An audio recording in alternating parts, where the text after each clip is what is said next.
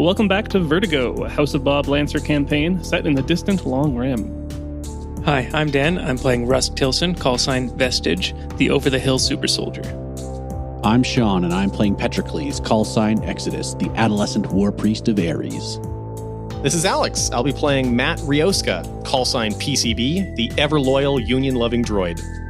Hi, I'm Shubert. I'll be playing Val, call sign VALKYRIE, a techno-Viking monster hunter. And I'm Jake, your game master. If you'd like to support the show, please give us a 5-star rating on Apple Podcasts, stop by our Patreon, or tell your friends about us. Roll on. We left off last session during combat with a squad of raider mechs situated outside the SecCom mining base where you hope to find your lost Union administrator. The last thing that happened is the small little commander unit had activated a cloaking field, causing itself, the bastion, and the barricade nearby to be enveloped in a shimmering light before they disappear from your sight. Fortunately, your mech is equipped with all sorts of sensors and scanners, which you can flip on, and you still know where they are, but it just makes them harder to target. So the way invisibility works in this game, you still know what hexes they occupy, but you have a 50% mischance against them. Bastards. Anything you can to draw out the first combat. That is not all, however, as he too has 2 quick actions, and he is also going to fire. You see, he pulls out a little energy rifle, and he's going to fire at Ares' right hand there. You are getting cover. What's he getting cover from? The red printer barrel? cubes. Gotcha. Yeah, he's got to shoot over those cubes, basically. Yeah. Gotcha. Now, this is a pretty accurate weapon already, but with the difficulty, we're going to get still a hit. So this little pinpoint laser beam hits Ares' right hand. Doesn't do any damage, but it basically lights you up on sensors to help out his allies. It gives you the lock-on condition, which we haven't seen yet. Basically, when someone shoots you, they can consume lock-on to get an accuracy. And then this marker light has an additional effect, which is so long as you are locked on, you are shredded, which means you can't benefit from armor, and you cannot hide or become invisible. You are like a Christmas tree on everybody's sensors right now. Oh boy. Not a fan of that. And now the commander is done, and it is your guys' activation. Guys, they've got a lock on me. Hide. I'm kind of big to hide. Yeah, maybe back it up a little. Matt pops onto the comms and says, "I'll draw their attention." And Matt pilots Big Matt out from behind cover and deploys a really tiny droid. The smoke cloud doesn't interfere with that at all? No. Okay. So a tiny, tiny little droid deploys from somewhere in Big Matt's back compartment and flies further up the battlefield towards these scary-ass droids. Matt says, "Go, Auto Matt." And it lands and some tiny little turrets deploy from it. Does this one also look like a little version of Matt? Yes. Okay. It's Matt's all the way down. Yeah. There's a bunch of different Matts. And there's Big yeah. Matt, there's Little Matt, there's Bitty Matt, and Auto Matt. Oh, wow. Yeah, and they're all nested inside of each other. There's a metaphor there somewhere. Who knows what it is? Once this tiny little turret, Auto Matt, is deployed, Matt's also going to use his main weapon, the mortar, and he's going to apply his walking armory ability. He's going to give it shock damage. So it has energy damage, and it's going to do some splash damage, and he's going to fire at the Spacer Bastion, this enormous... Commander Scout. My splash damage won't go... oh, yeah, right. Okay, you're getting it's only one square. So I'm going to fire at this Spacer Bastion because it's adjacent to Hive and Assault 2. I've rolled a 0, a 14, and a 0. You missed the big bastion, surprisingly. Okay. I think it looks like you just kind of overshoot a little bit. You hit behind them. Okay. And you do get the assault, Sick. who luckily is out of range of the invisibility, so you don't have to roll a miss chance. Okay. 7 damage. Not too shabby. So I'm looking at the rolls. It looks like you missed both the Bastion and the Hive because of invisibility. Right. Okay. You know roughly where they are, but you can't get just that perfect lock on like you normally would. But you also hit with your shock round, so you also get to zap the Bastion for 1 energy damage. That's fucking sick. So this is some kind of cool electric explosive mortar. Yep. And that is armor piercing damage too, which is good. I think that's all my movement and all my... Does your moves? turret shoot, or is it shoot later? It shoots on other people's turns. It's a reaction. Great, yeah, so you've used your move, you've used 2 quick actions. You do have the option of overheating as well. Okay. Start building up heat on your mech, but lets you take another action, unless there's something particular you want to do right now, though. I think I'm going to stay where I am. Sure. And every time you overheat during a mission, the amount of heat it generates keeps building up. Oh, and so up. it stacks. Okay. Keep that in mind. Okay. Yeah. I'll save that. Okay, cool. Next to go is the Hive. This one we haven't seen yet. It's kind of the least humanoid of all the ones you've seen so far. It's just a big segmented cylinder with tank treads on the bottom. Kind of looks like a vacuum. It kind of, not entirely unlike a I'm vacuum. worried about this one. It's kind of nuzzled up behind the cover that the Bastion provides. But you see it open up, a bunch of the segmented cylinders start to open, and a cloud of little nanites swarm out of it. It opened its dirt bag. Yeah. It opened its dirt bag. That's no vacuum. And you see this cloud drift across the battlefield and settle in front of the Bastion, kind of blocking off the route in between the cover towards them. Any of his allies inside the Razor Swarm get cover, and any enemies that enter it take burn damage, which is a damage over time effect. So it's back over to you guys. You guys only have one person left to activate, I think. First thing I'm going to do on my turn, hyperspec fuel injector. Ooh. Val grabs the NOS, the mech NOS, and plugs it right into that bad boy. Fuck yeah. Right into Hilda Svinny, and says, Battlebore, it's time to gore. Ooh. Fucking catchphrases? Perfect. That sounded pretty cool. It just came to me on the spot. I don't know. So tell us what this does. What is this?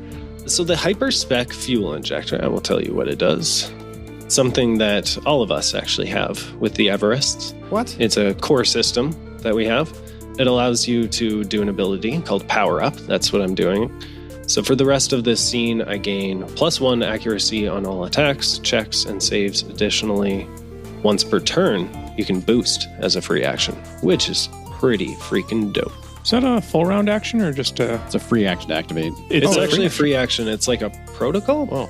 Yeah, it's a protocol, which means you have to do it at the beginning of your turn, but it's a free action. Guess what we're all doing at the beginning of our turn? Can you do multiple protocols, Jake? I think you can, right? You can, if you have different ones, yep. Keep in mind your core power, that's basically once per mission. You won't get that back until you get a full repair, which is, the equivalent of a long rest, right? So Yes. there may be a few battles in a row you have to deal with. Definitely. I'm going all out. Yeah, I've spent mine already too. No, you might as well start big. This is just Val's thing. She just goes all out. She's figuring this is it. This is the big battle.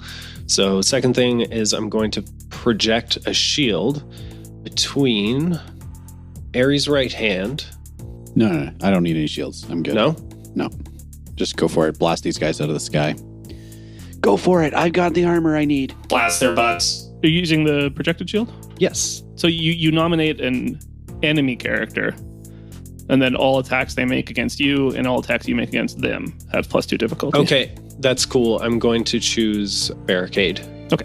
So Val is going to, for her first move action, she's going to head around to the left of the crates and then just keep flying up to the north using her rapid burst jump jet system.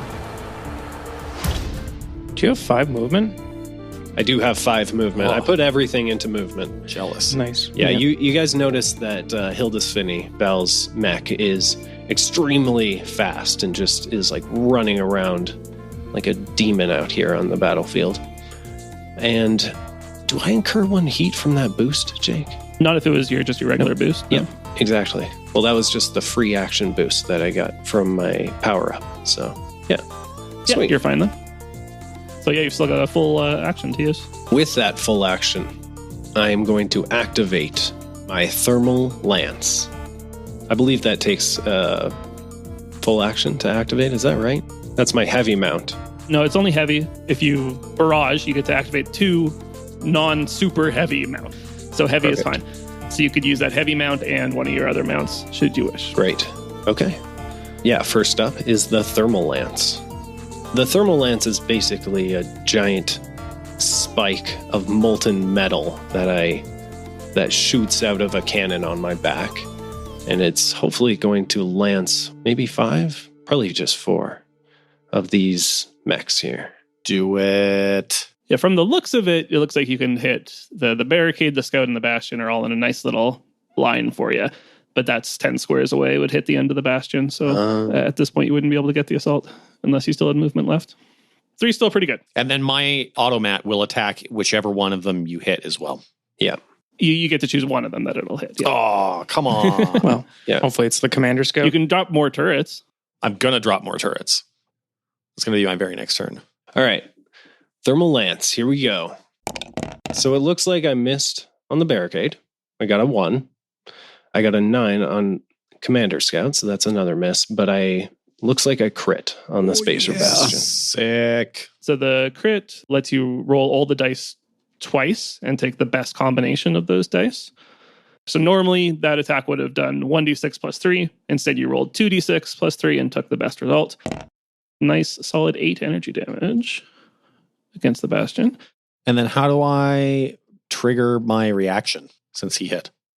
Once on each turn, you can activate a reaction, and the turret just automatically hits for 3 kinetic damage. One of the targets hit by the attack. Awesome. Okay, good news first. This beam of molten metal spits out and melts away at the Bastion's shield there. The turret then spins around and takes a couple pot shots, which bounce harmlessly off of its thick metal plating. Oh, come on. Okay, that was just a quick action, believe it or not, Val. If you wanted to make that a barrage, you could shoot one of your other mounts, or you could do something like a scan or a tech action or a number of things. So believe it or not, I'm actually going to attack with a melee action because I have this ability called Hunter, where once per round, I can fly up to 3 spaces directly toward a targeted character before attacking with an auxiliary melee weapon. Val's a little frustrated that she missed the barricade and the Commander Scout with that attack, so she's just going to fly right up to barricade and attack him with her auxiliary melee weapon. But remember, you're activating a whole mount, not just one weapon. So you'll get to hit with the knife and the pistol that you have attached to that mount.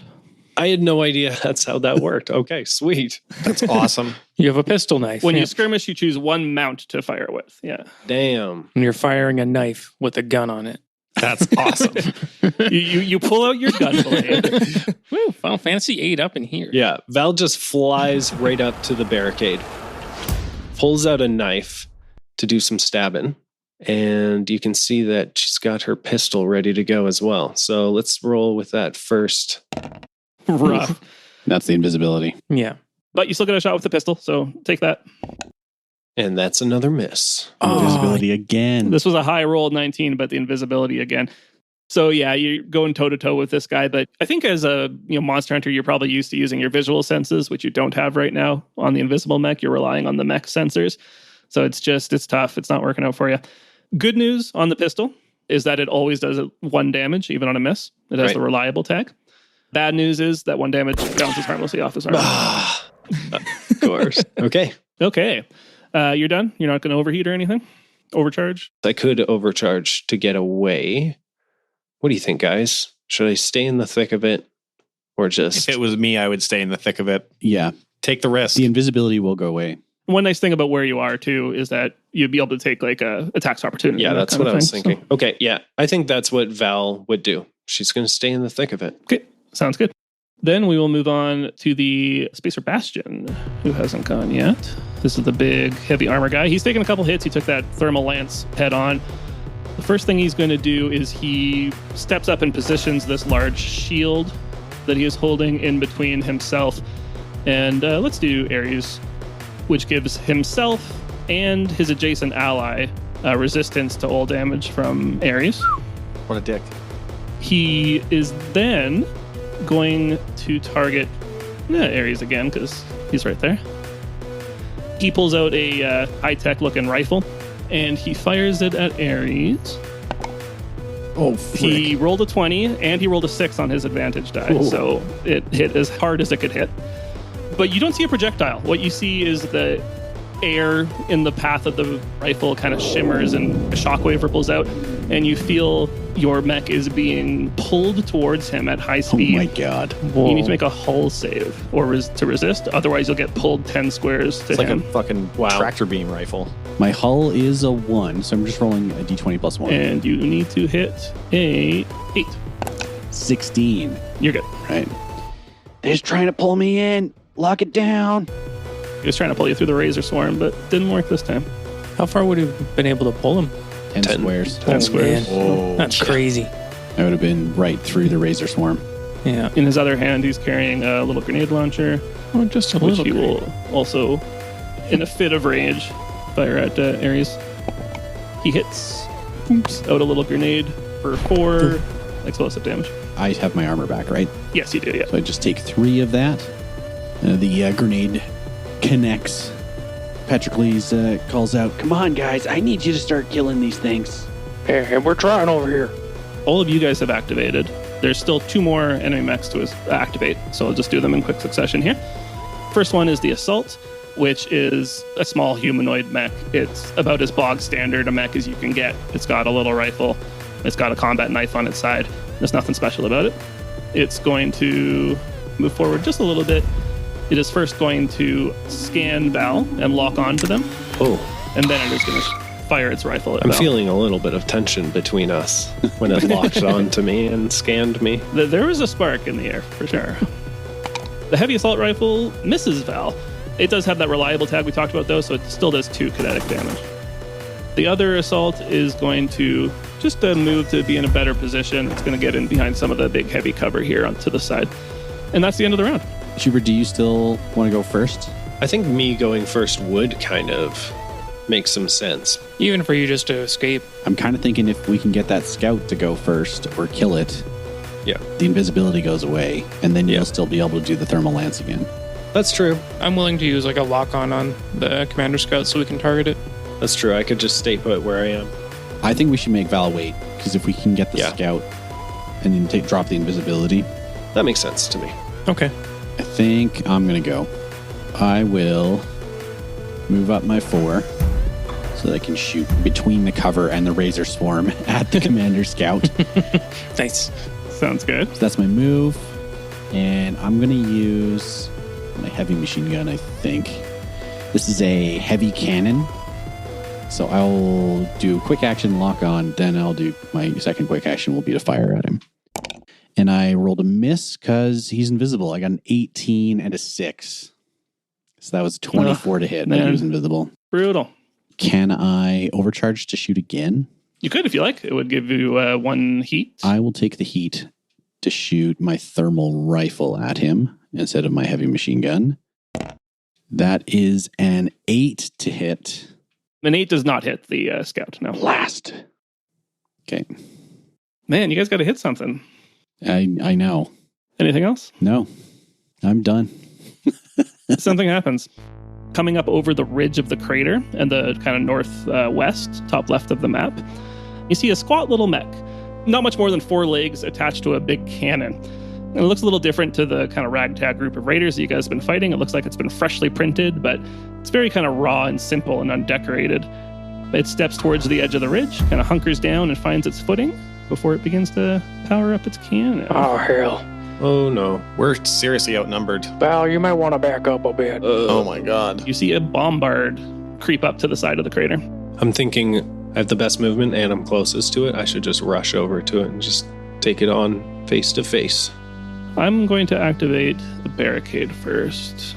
And it is going to turn to Val there. Hello. Hello. It has a little energy lance on its side that it will fire. Okay, at least I have a shield against it. Yes, you do. So it's actually not a great chance to hit, but we'll find out. Wow, they still hit. They rolled a 20 and plus 5. Damn. Or sorry, 20 minus 5, but yeah, that'll hit. And Yeah. what weapon is this again? So this is called a graviton lance. It's 2 energy damage, and it slows you until the end of your next turn, which means you can't take any movements other than your free move. Oh. Wow. I was going to brace against it, but that doesn't help me with the being slowed, does it?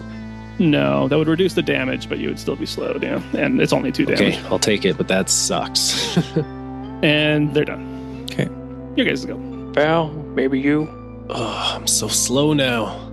I was going to go straight for the bombard, like just fly over there and deal with him one-on-one, but now that I'm slowed. And sorry, how does that affect me again? The only movement you can take is the basic move that you get each turn. So you can't boost or anything like that. That is so brutal. So you get 5 move instead of your usual, 10 or 13? Basically the most you'd be able to move is 5, yeah. Whereas otherwise I could, like with overcharging and boosting, I could go like 15 or maybe 20. Mhm. Wow. Just take out the So- barricade. Yeah. I'm thinking I'm going to have to deal with him. Or thermal lance like you did last time. Maybe you can get the Spacer Bastion out. You've taken it down by more than half already. Mm-hmm. Okay, yeah, I'll go. So first thing on my turn is I'm going to change my shield. I'm going to project the shield between the assault mech and myself. Perfect. I'm going to say, no more shooting me, please. And then between Barricade and Val, the space is opened up, no more shield. And I'm going to, Hildisvini, the battle boar, is going to take out its massive axe and go to work. I got a few abilities here that are going to come into play that I haven't used before. The first is going to be Duelist, which just gives me +1 accuracy on the first melee attack I make with a main melee weapon on my turn.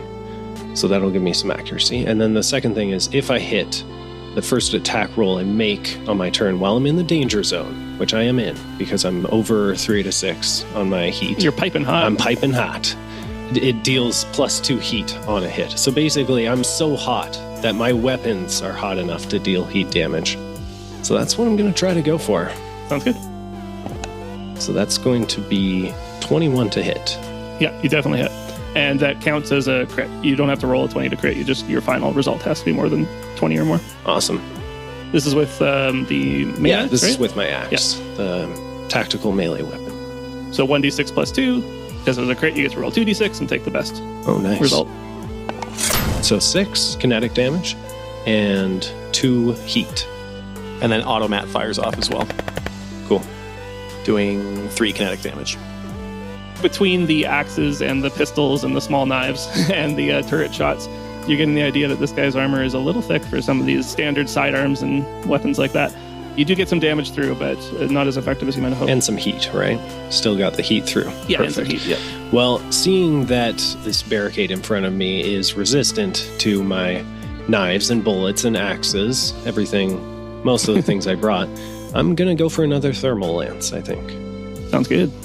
That will bring you up to 6 heat, FYI. I was just looking at that. And at 6 heats, it's not the end of the world. Your heat track would reset and you Yeah. make a roll on a table. Something, you could have a negative effect as a result. Yeah. What kind of action is it again to get rid of heat?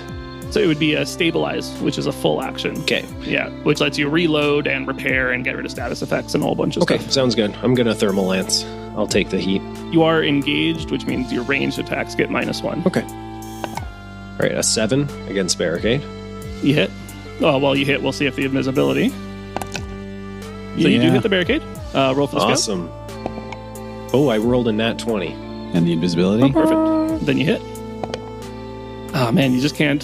He's pretty small and nimble. Don't hit him. But then the Bastion. I rolled a 3. Miss. All right, at least I hit barricade. That's actually kind of who I wanted to hit the most. Yeah. And how much damage do you deal with that? 5 energy damage. The energy damage seems to be much more effective. You fire off this jet of molten metal, and it just burns a hole right through the center of that barricade. Lovely. And it falls forward onto its knees onto the ground here and sputters, and all the lights dim, and it's done. That's what I like to see. Way to go, Val. 1 down. Great job. Thanks, guys. But now we get to see what happens because your engine is overheating, or your reactor's overheating. Right. That's going to be fun. Oh, you know what? Actually, never mind. It's actually when you go over your heat cap. So you are at your heat cap. You are fine. I'm still in the danger zone. Yeah. Hang in there, Val. Awesome. It's a little weird, but this is kind of how Val really likes, like, she's from an ice cold planet, so she really likes being hot. It's like kind of the opposite of how she grew up. So this is great. We all like being hot, and we all aspire to it. Yeah, we're all super hot. Hot girl mech battles. Hot neck summer. Hot mix summer. To finish off for today, I'm going to activate the bombard. Oh, no. my god. I didn't ever move on my turn. Can I still move at the end of my turn? Or do you have to move before? Sorry, yes, sure, go for it. You can do your regular move, yeah. All right, just make a nice line for the bombard. Yeah, that's a good idea. Or get into melee with the commander. That's also a good idea, but I think it'd be cool if I took on this bombard by myself. After Val thermal lances this barricade, she's going to start rolling out in the other direction towards the bombard. She's going to take it on. So the bombard settles down and gets its center of gravity real down low, and this cannon raises up, and it goes and fires off this huge projectile, which lands right in front of Ares' right hand. It's going to hit Automat as well as that printer cube. Well, it's going to shoot there. We'll see if it hits. How dare you? Well, it misses Automat. Yes. The turret is kind of snuggled up against the cover there, but it does deal 5 explosive damage to Ares' right hand. Ooh. This projectile lands into the ground and creates a crater and shoots up a bunch of debris. You have to make a hull check or fall prone, and it creates some hard cover in that area from the debris that's been launched Wow. up. That's not good. If you fall prone, you're just going to turtle. Yeah, I probably can't do anything aside from save against that, right? I have to. Yeah. You might have like a talent that would do something different, but I don't think so in this case. Yeah. Okay, I'm going to brace on that. So I'll take half damage, I think. Sure. That's a good idea. You activate your emergency armor plating and buckle down for this huge shot, and you only take half damage from it. But that does mean next turn, you can only do a quick action. It also means that any attacks up until the end of your next turn against you get a minus because you're still braced. And we will be back in 2 weeks. Thank you for listening to this episode of The House of Bob. If you're enjoying the show, it means a lot to us if you give us a review on Apple Podcasts or just tell your friends. If you want to chat with us, we're at The House of Bob on most platforms. You can also check out our Discord. There's a lot of cool people there to chat with. If you'd like to support the show financially, consider checking out our Patreon. There's tons of bonus content there, like a director's commentary, some one-shots, and RPG zines, and a monthly blog post of RPG content as well.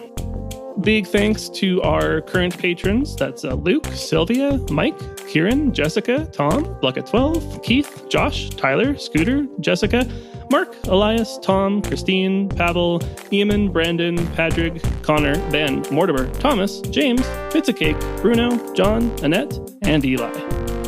Our work for this episode is by Jake at Javix. Audio production by Alex of Astronomic Audio. And the music by Duke Albert.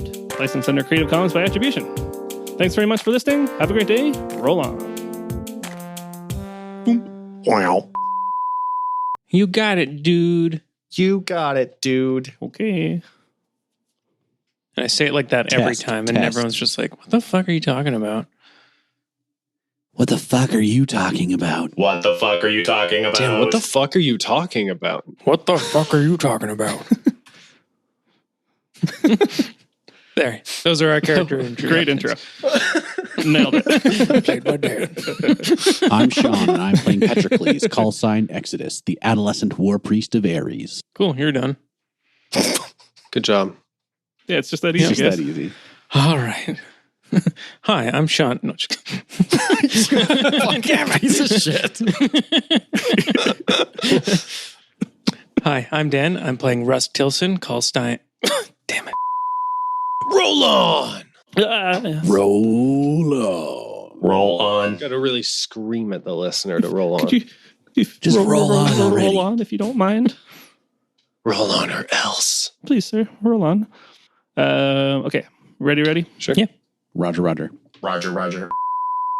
Bombardment. Wow. Put in a really cool sound effect for that.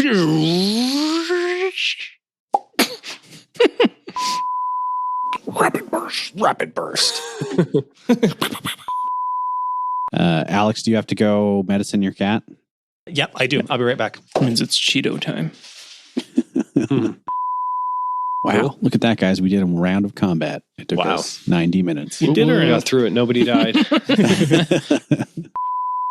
Does an 8 hit? Well, the only reason it hit is because you targeted yourself instead of the commander somehow. Oh my god.